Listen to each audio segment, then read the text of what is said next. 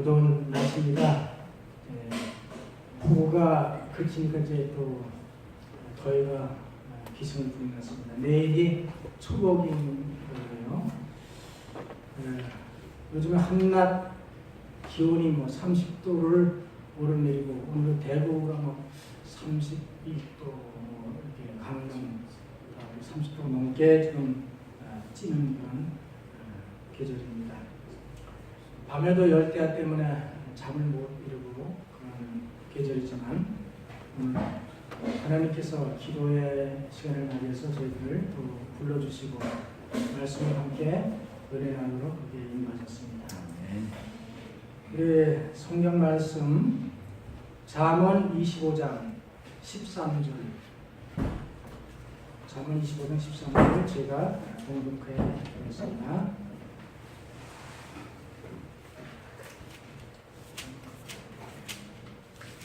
충성된 자는 그를 보내신 이에게 마치 추수하는 날에 얼음 냉수 같아서 능히 그 주인의 마음을 시원케 하느니라. 오늘 저는 이 본문의 말씀을 중심으로 주인의 마음을 시원케 하는 사람이라는 말씀으로 준비했습니다. 요즘 물을 마시고 마셔도 또 목이 마르고 샤워를 하고 조금만 움직이면 또 땀이 비오듯하는 그런 계절입니다. 그래서 불쾌지수가 올라가기 때문에 자칫하면 이렇게 좀 상대방에게 또 이렇게 좀 어려운 일이 생길 수 있는 계절입니다. 이런 때에 시원한 얼음 냉수 한 그릇을 마시면 온 몸에 땀이 사그러들고 기분이 상쾌해지고 또한 피로가 풀리게 됩니다. 오늘 이 본문의 말씀은 솔로몬이 쓴 그 25절 1절을 보면 이것도 솔로몬의 잠언이요 유다 왕 히스기야의 신하들의 편집한 것이니라.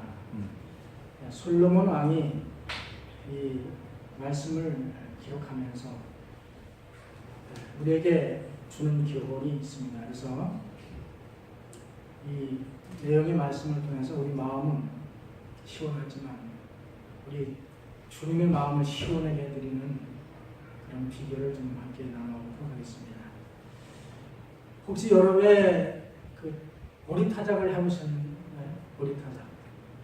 예, 우리 박희진 집사님 또 오영 집사님 우리 목사님의 보리타작을 해보셨다고 그러는데 지금은 뭐 보리타작을 이렇게 기계로 하기 때문에 그걸 잘 못 느끼고 뭐 그거 해본 지 꽤 오래돼서 기억이 잘 안 나지만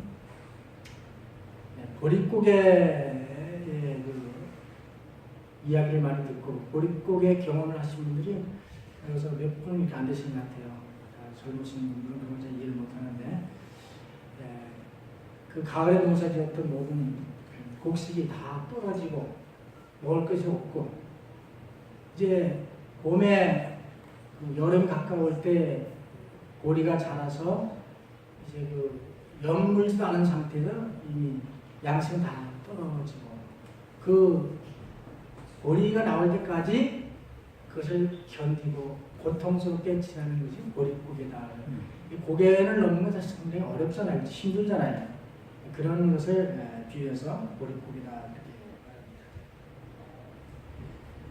이 많은 시인들이나 가사를 보면 이 보리밭에 대한 추구라는 그런 시도 많이 짓고 노래 가사도 많이 있습니다. 그렇지만 농민의 입장에서 볼 때는 이 보리밭에 대한 그런 게 그렇게 정겹고 뭐 이런 것보다는 좀 힘들고 고통스럽고 어려운 생각들을 많이 하게 되는 것이 현실입니다. 먹고 살기 위해서 피땀 흘려 농사를 짓고 그 수확으로 입에 불칠을 하며 살아가던 농민들에게는 보리밭은 치열한 삶의 현장일 뿐 그 이상도 그 이하도 아닌 그런 것이기 때문에 저도 어려서 시골 농사 이렇게 할 때 그 보리 타작도 이렇게 좀 도와주고 이렇게 하는 경험이 있습니다. 요즘은 건강을 위해서 이 보리밥을 즐겨 찾고 별미로 먹지만 그때 당시에는 저희가 강원도 감자가 또 많잖아요. 감자와 이 보리밥 이렇게 해서 이렇게 먹었던 경험도 있고 옥수수 그 주식. 저는 그 보리밥에 질질 않았어요. 그래서 요즘에 보리 쌀을 햇보리 쌀을 우리 권순희 집사님 그 강원도 양양에 친척집이 계시는데 거기서 농사를 해서 좀 구입을 해서 좀 보리밥을 하는데 너무 맛있어요. 이 보리에도 이제 그 메보리가 있고 쌀보리가 있죠, 그렇죠? 좀 부드럽고 쌀에 가까운 그런 웰빙식품이라고 합니다. 이 보리 타작을 할 때 쓰는 도구가 있어요. 두 가지가 있습니다. 예전에 했던 절구, 나무로 만든 절구통을 이렇게 마당 가운데 놓고 보리단을 거기에 이제 맺히는 거예요.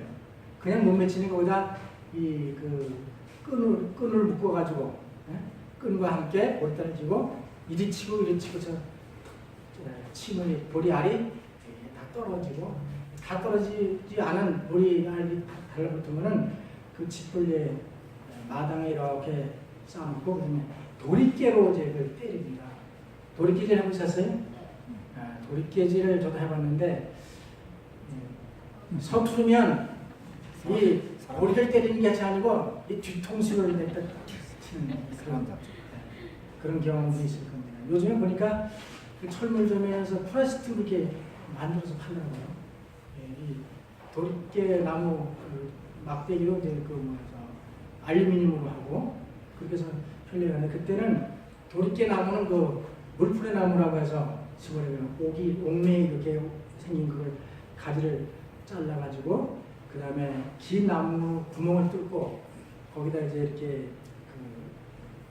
돌아가도록 그 나무 가지를 깎아서 이렇게 하고 그 다음에 그 끝에다가 이 도리깨 나무를 한 3개, 4개 이렇게 한 다음에 산의 칡을 끊어다 이렇게 엮어서 도리깨를 이렇게 만들고 해서 그렇게 한 경험이 있습니다. 요즘에는 도리깨 보기 쉽지 않아요. 그렇죠? 박물관에는 가야 볼 수 있고 시골에서 쓰는 집이 있긴 합니다만 이렇게 여름에 보리타작을 하다 보면 땀은 나고요. 정말 힘들고 지친데 이 보리 깔끄러기가 얼마나 아픈지 사방 몸에 달라붙고 나면 정말 고통스럽습니다. 그렇게 아주 목이 타고 힘들고 더운 날씨에 타작하는 그 일꾼에게 얼음 냉수 한 그릇을 만약에 준다고 하면 얼마나 시원할까요? 속이 시원하고 모든 것이 다 피로가 풀리고 그렇게 되는 것입니다. 이렇게 솔로몬이 기록할 때에 사실 이 잠언 25장 13절에 말씀하기를 충성된 자는 그를 보내신 이에게 마치 추수하는 날에 얼음 냉수 같아서 능히 그 주인의 마음을 시원케 한다고 했습니다. 아마 그때 당시에도 솔로몬이 그 보리 타작하는 그런 광경을 보고 글을 썼는지 잘 모르겠지만 어쨌든 이 무더운 날씨에 땡볕에 타작하는 그 일꾼에게 참 냉수 한 그릇 주는 것은 얼마나 시원합니다. 그래서 그때 당시에도 우리나라처럼 무더운 보리를 타작하는 그 때에 사실은 그 여름에 우리가 지금 냉장고 있을 때는 얼음을 다 이렇게 얼리지만 옛날에 냉장고 없을 때는 어떻게 얼음을 보관했겠어요? 우리나라에도 서울 가면 동빙고 서빙고가 있잖아요. 그 왕들이 여름에 얼음을 이렇게 대접하기 위해서 그 강가에서 겨울에 얼음을 잘라다가 그 창고, 얼음창고에 넣어서 그걸 보관했다. 근데 그때 당시에 솔로몬 당시에도 그 헤르몬산이라고 하는 그 높은 산에 거기는 사시사철 눈이 있으니까 눈을 이렇게 갖다가 보관해서 그 여름에 그 왕을 대접하는 그런 기록이 있다고 이렇게 하고 있습니다. 그래서 이 냉수는 정말 우리에게 필요한 음료예요. 생명력을 주는 그런 것이지만 우리가 그런 생각을 하면서 이 시간 덥지만은 시원한 마음을 가지고 우리 말씀 한번 나눠보도록 하겠습니다. 여기 25장 13절에 말씀하신 충성된 사자는 그랬어요. 충성된 사자. 충성된 사자는 그를 보내신 이에게 마치 추수하는 날에 얼음 냉수 같아서 능히 그 주인의 마음을 시원케 한다. 다시 말하면 충성된 사자는 그 주인의 마음을 시원케 해준다는 그런 말씀입니다. 그렇다면 충성된 사자는 어떤 사람을 말하고 있는 것일까요? 현대어 성경에는 이 성경 구절을 이렇게 번역을 했습니다. 믿음직스러운 심부름꾼은 뜨거운 추수철에 곡식 고도는 일꾼들 속을 시원하게 해주는 얼음물처럼 그 주인의 마음을 주인의 왕의 그런 심부름을 성실하게 감당했을 때에 주인의 마음을 답답한 것이 아니고 정말 시원하게 얼음 냉수처럼 그렇게 해준다고 말씀하셨습니다. 우리나라도 마찬가지지만 구약시대의 팔레스타인 지역은 통신수단이 발달하지 않았기 때문에 왕이 그 나라를 이끌기 위해서 때로는 외국의 특사나 대사를 파견하는 일이 있었습니다. 왕이 직접 가기가 어려운 때는 특사를 보내잖아요. 우리나라도 마찬가지지만.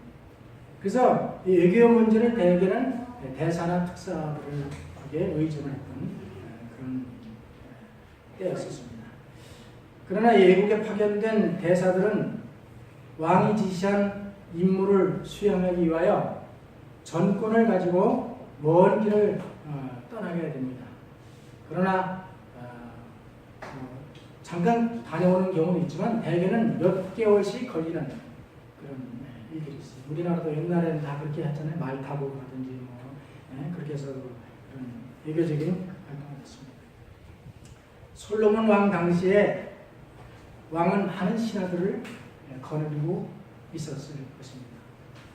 어떤 신하는 솔로몬의 마음에 들도록 일처리를 잘하는 신하가 있는가 하면 어떤 신하는 정말 왕의 마음에 답답하고 정말 힘들고 정말 미련하게 하는 그런 신하도 있었을 것입니다. 이런 배경에서 솔로몬은 주인의 마음에 들도록 일처리를 잘하는 신하를 가리켜 무더운 여름 추수 때에 마시는 얼음 냉수와 같이 주인의 답답한 마음을 시원케 한다고 표현하고 있습니다. 이것은 신하로서 왕에게 어떻게 처신해야 하는지를 우리에게 보여주고 있는 말씀이라고 생각합니다. 즉 의무적으로 일을 처리하는데 그치지 않고 주인의 마음까지 읽어서 주인이 원하는 그 이상으로 성과를 이루고 일 처리를 잘 할 때에 그 종은 지혜로운 종이요 정말 더 나아가서는 주인을 믿고 신뢰할 수 있는가 하면 주인이 그다음에 그런 신하는 정말 칭찬도 받고 주인의 마음을 시원하게 해주는 그런 사람이라고 말씀했습니다. 그래서 이 충성된 자가 주인의 마음을 시원하게 해주는 것처럼 우리에게 충성된 자가 되라고 하는 교훈의 말씀이라고 생각합니다. 여기 디모데전서 1장 12절에서 13절에 보면 이렇게 말씀했습니다. 나를 능하게 하신 그리스도 예수 우리 주께 내가 감사함은 나를 충성되이 여겨 내게 직분을 맡기시니 내가 전에는 회방자요 핍박자요 후행자였으나 도리어 긍휼을 입은 것은 내가 믿지 않을 때에 알지 못하고 행하였습니다. 사도 바울은 여기 말씀하기를 나를 능하게 하신 그리스도 예수 우리 주께 내가 감사함은 나를 충성되이 여겨 내게 직분을 맡겼다 그랬습니다. 하나님은 충성된 자를 부르셔서 하나님의 직분을 맡기고 있습니다. 여기 나를 충성되이 여겼다는 말은 이전에 이미 일을 맡겨보았다는 말도 되는 것입니다. 일을 맡겨보니까 정말 충성심이 있기 때문에 그에게 무거운 귀중한 직책을 맡겼다는 의미로 우리가 받아들일 수가 있습니다.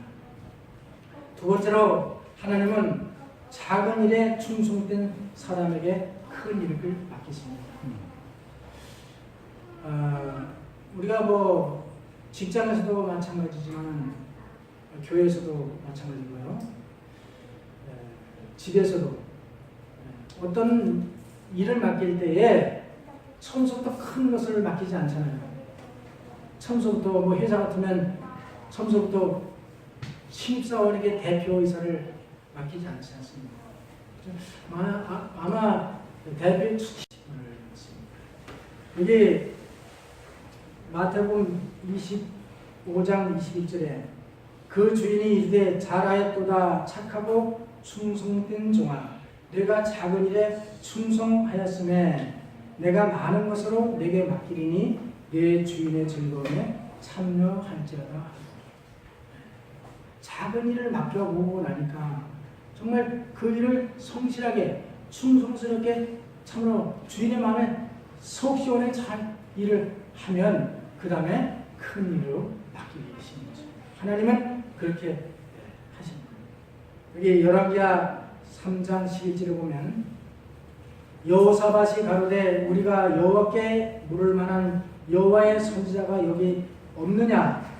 이스라엘 왕의 신복 중에 한 사람이 대답하여 가로되 전에 엘리사의 손에 물을 붓던 사바사의 아들 엘리사가 여기 있나이다.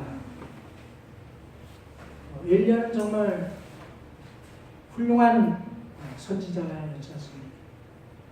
근데 그 뒤를 이을 선지자가 없다고 이렇게 말했을 때에 한 사람이 말하기를 왕에게 전에 엘리야의 손에 물을 붓던 사바사의 아들 엘리사가 여기 있나이다. 엘리사가 엘리야의 후계자가 됐지 않습니까?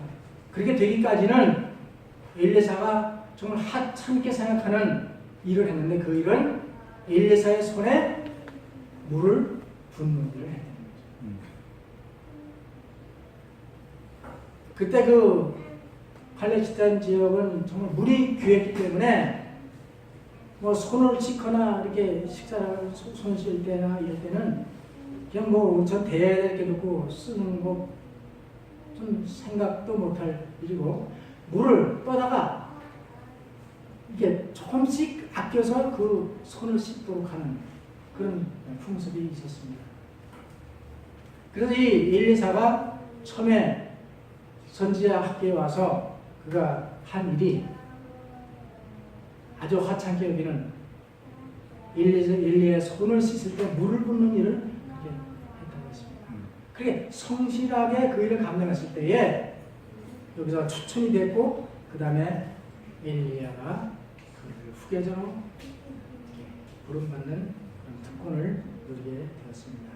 이런 사람이 결과적으로 말하면 주인의 마음을 정말 시원하게 해주는 그런 사람이라고 생각합니다.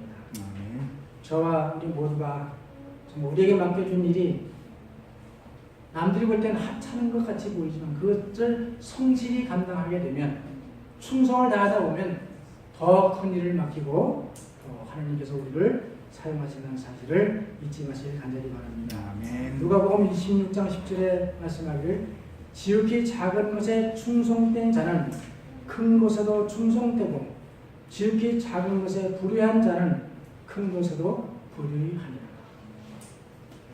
일을 맡겨보면 아는 것입니다. 그래서 옛날에 머슴을 고용할 때 맨 먼저 빗자루를 주고 마당을 쓸어보라고 이렇게 면접을 받다고 해요. 마당 쓰는 거 다 하잖아요. 어떤 자세를 쓰는가? 저도 마당을 좀 쓸어봤는데 빗자루를 이게 뻣뻣이 서서 이렇게 쓰는 사람은 그건 불합격입니다. 가장 낮은 자세로 빗자루를 가장 뉘어서, 그렇죠? 이렇게 쓸어야 그게 빗자루도 덜 닳고 그 다음에 많은 그 양을 쓸어갈 수 있는 그 한 가지를 보면 10가지를 아는 것처럼 그런 것이 우리에게 필요하다고 생각합니다. 세 번째로 충성된 사람은 하나님께서 생명의 멸류관을 약속해 주셨습니다. 계시록 2장 10절에 말씀하기를 내가 장차받을 고난을 두려워 말라. 볼지어다 마귀와 장차 너의 가운데서 몇 사람을 오게 던져 시험을 받게 하리니 너희가 10일 동안 환난을 받으리라. 내가 죽도록 충성하라. 그리하면 내가 생명의 멸류관을 내게 주리라. 아멘. 예수님께서 요한을 통하여 사대 교회에게 편지를 썼는데 이미 사대 교회는 서머나 교회는 이미 충성된 교회로 입증되었습니다. 근데 여기서 말씀하기를 내가 죽도록 충성하라 이렇게 말씀했습니다. 이미 충성하고 있지만 그 충성심을 가지고 끝까지 죽기까지 죽을 때까지 계속 충성하라는 의미를 담고 있습니다.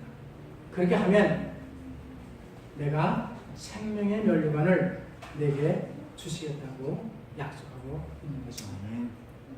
이 충성된 자가 주인의 마음을 얼음 냉수처럼 시원하게 해주는 그런 사람이라고 말씀하고 있습니다.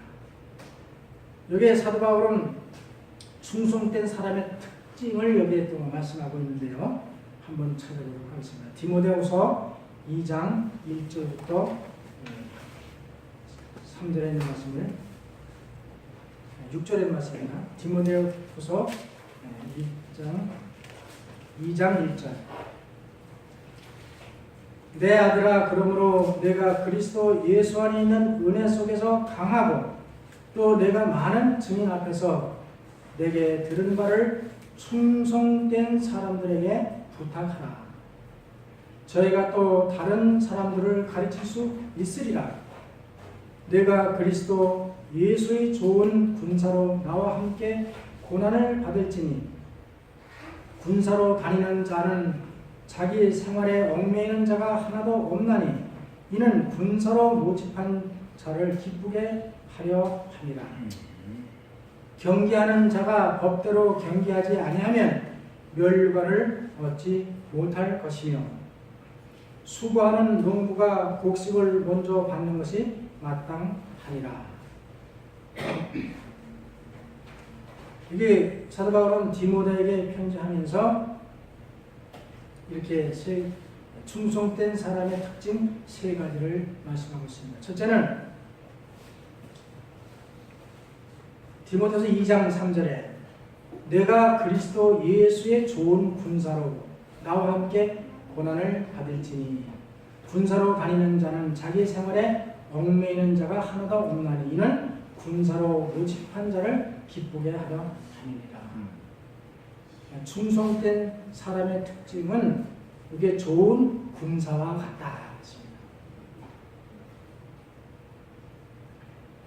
군인의 첫째 조건은 충성심이에요. 충성을 누구에게 하죠? 아랫사람에게 하나요? 위에 사람에게 하나요? 대개 위에 사람이 하고 국가를 위해서 어떤 단체를 위해서 충성을 하게 됩니다.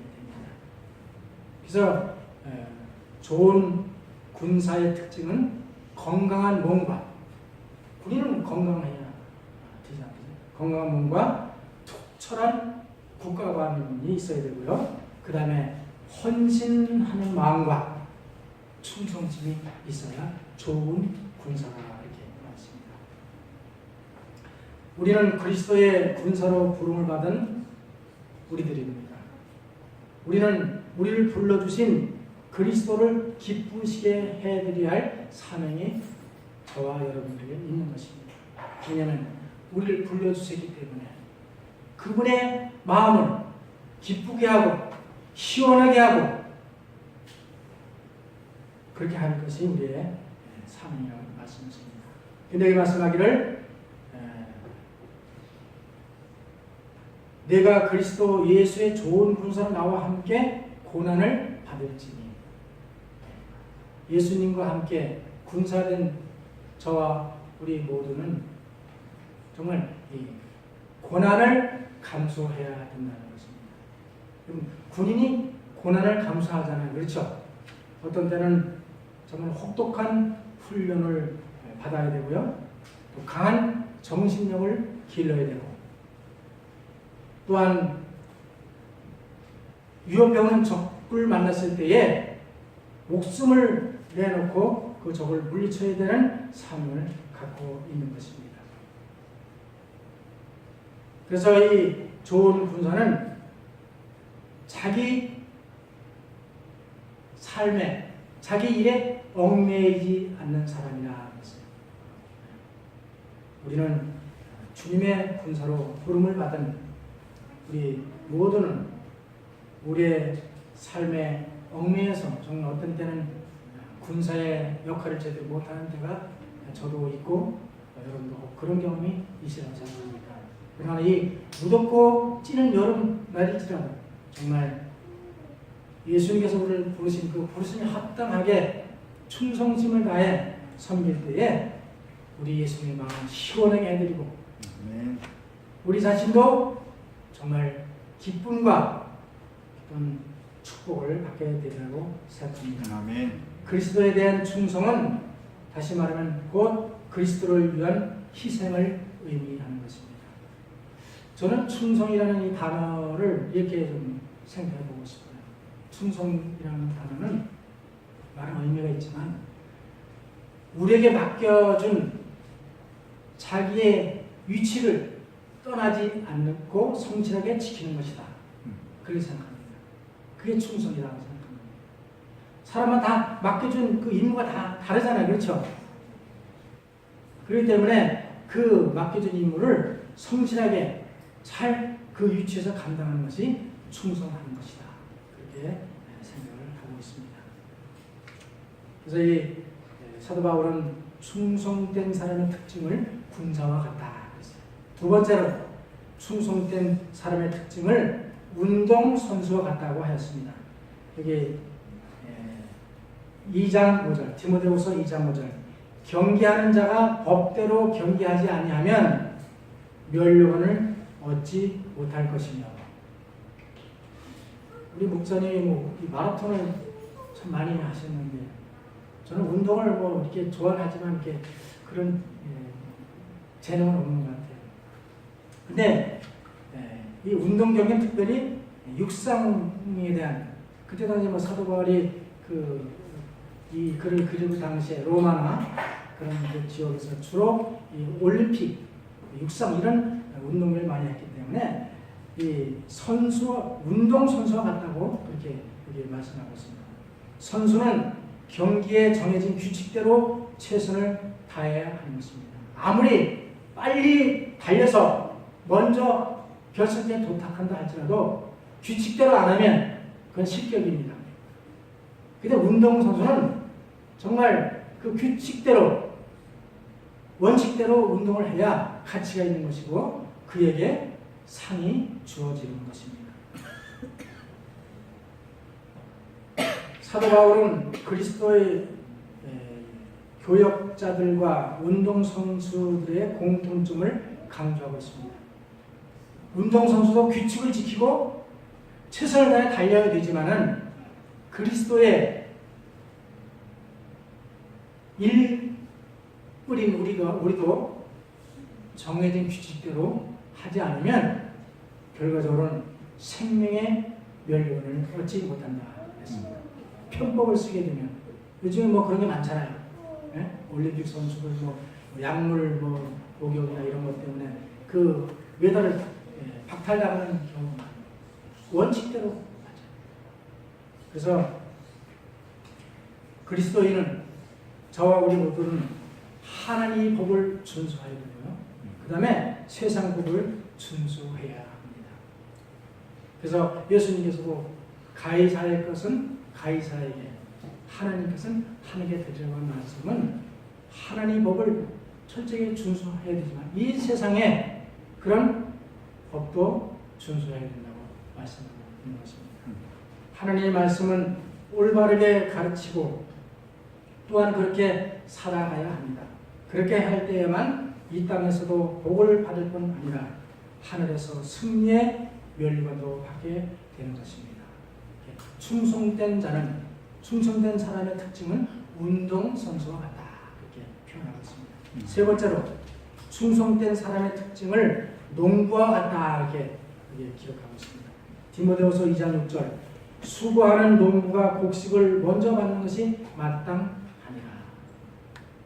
이게 군사는 고난을 받아야 되고 운동 경기하는 선수는 법대로 해야 되고 농부는 수고를 해야 된다.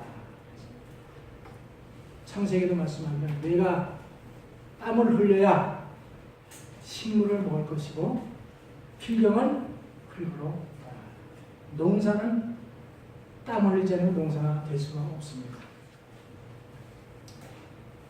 농부의 특성은 믿음과 근면과 수고와 인내입니다. 만약 농부가 땅에 씨앗을 뿌리는데 그 씨앗이 싹이 날 것을 믿지 못한다고 하면 뿌리지 않을 거예요. 씨는 약속을 가지고 있잖아요. 씨 속에는 예를 들어서 벼를 뿌린다 생각하면 벼알 속에는 이미 벼나무가 들어있고 거기에 벼의 살이 다 약속 가운데 들어있는 것입니다. 그런데 그것을 믿음으로 뿌리는 것입니다. 그리고 그 싹이 나게 되면 그것을 잘 가꾸어서 열매를 얻기 위하여 풀도 뽑아주고 또 지지도 세워주고 벌레도 잡아주고 그렇게 해서 그 곡식을 잘 가꾸고 열매를 기다리기 위해서는 인내가 필요한 것입니다. 이건 수고입니다. 저도 거의 중년차 밥 그것 때문에 잘 가는데 지난번에 문자가 왔는데 이번 폭우에 물이 다 그렇게 침수에 나가가지고 이제 그것을 다 정리하라고 그러더라고요. 그게 제가 일요일날 제 집사람하고 가봤더니 거기다 이제 열무씨도 뿌리고 그랬거든요. 근데 난이 뭐 물이 차가지고 다 쓸려내려서 그 작은 것도 가려면 수고가 필요해요. 그때는 버스를 2번 타고 내려서 거기도 걸어서 가가지고 우리 박희 집사는 그걸 아시지만 조금만 이렇게 하다 보면 땀이 나고 또 물수도 해야 되고 또 풀도 뽑아줘야 되고 그런 수고가 있어야 거기서 열매를 그 많은 밭이 있지만 훌 무성한 사람이 그냥 자라를 갖고 있고 어떤 건 잘 갖고 와가지고 정말 토마토나 옥수수 이런 그 땅콩, 감자, 들깨 이런 것들 아주 잘 이렇게 자라는 것을 볼 수가 있습니다. 이 농부는 언제든지 기다림이 필요합니다. 그게 인내가. 그리고 농부는 언제나 부지런해야 되는 것입니다. 게으른 사람은 농사도 못지. 부지런해. 아침 덥지 않을 때 가서 일하고 더울 땐 좀 쉬고 그런 것이 필요한 것입니다. 그리스도인들도 믿음으로 복음의 씨를 뿌리고 씨를 뿌리는 게 울며 씨를 뿌린다고 그랬거든요. 씨 뿌리는 것이 그게 쉬운 게 아니에요. 다 수고와 고통이 따르는 복음의 씨를 뿌리고 또 인내하며 기도하면서 그 결실을 기다려야 되는 것처럼 충성된 사람은 바로 농부와 같다 그렇게 표현하고 있습니다. 농부가 곡식을 생산해서 자기도 먹지만 그것을 어떻게 해요? 다른 사람이 먹을 수 있도록 팔기도 하고 주기도 하고 그러잖아요. 예? 자기 혼자 먹으려고 하는 것보다는. 그래서 농부는 두 가지 그런 역할이 있습니다. 하나는 자기가 먹고 살아야 되고, 하나는 농사를 지어서 유통시켜서 필요한 사람들이 먹고 생명을 유지할 수 있도록 하는 것이 농부의 그런 삶입니다. 그럴 때 복음을 전하는 것은 내가 살고 다른 사람도 살리는 방법인 것입니다. 그래서 이 사도 바울은 여기 디모데에게 편지하면서 이렇게 세 가지로 충성된 사람의 특징을 강조하고 있다고 생각합니다. 마지막으로 본문의 말씀을 보면서 정리하도록 하겠습니다. 디모데 4만 25장 13절 다 함께 한번 같이 봉독해 보시겠습니까? 시작. 충성된 사자는 그를 보낸 이에게 마치 주선한 날에 얼음 냉수 같아서 능히 그 주인의 마음을 시원케 하느니라. 아멘. 여러분, 주인의 마음을 좀 시원하게 해드리고 싶습니까? 아멘. 저도 그러고 싶습니다. 그렇게 하려면 어떻게 하라고요? 충성된 사자가 됩니다. 우리에게 맡겨주신 각자의 임무를 성실히 감당하면 도로의 회장이든지 또 아실기 교장이든지 또 재무든지 선교회장이든지 또 여러 서기 어린이 사업이라든지 여러 사업이 있잖아요. 그 사업을 잘 감당해서 성실하게 그것을 감당할 때에 우리 이게 직분을 맡기신 하나님께 답답함이 아니라 아주 속 시원하게 해드리는 그런 일이 된다고 말씀하셨습니다. 고린도후서 4장 2절 그리고 맡은 자에게 구할 것은 충성이라. 우리를 충성되게 여겨 우리의 직분을 맡겼기 때문에 그 충성심을 계속 지속적으로 유지해 간다면 생명의 멸류관을 주시겠다고 하는 예수님의 약속을 믿고 이 무더운 날씨를 잘 견뎌내시길 바랍니다. 비록 무덥고 찌는 듯한 날씨기는 하지만 그럼에도 불구하고 하나님께서 맡겨주신 직분의 충성을 다함으로 하나님의 마음을 시원케 해드리는 여름 타작마당의 얼음 냉수와 같은 저와 우리 모든 성도님들 되시길 간절히 바라면서 말씀을 마치겠습니다. 아멘.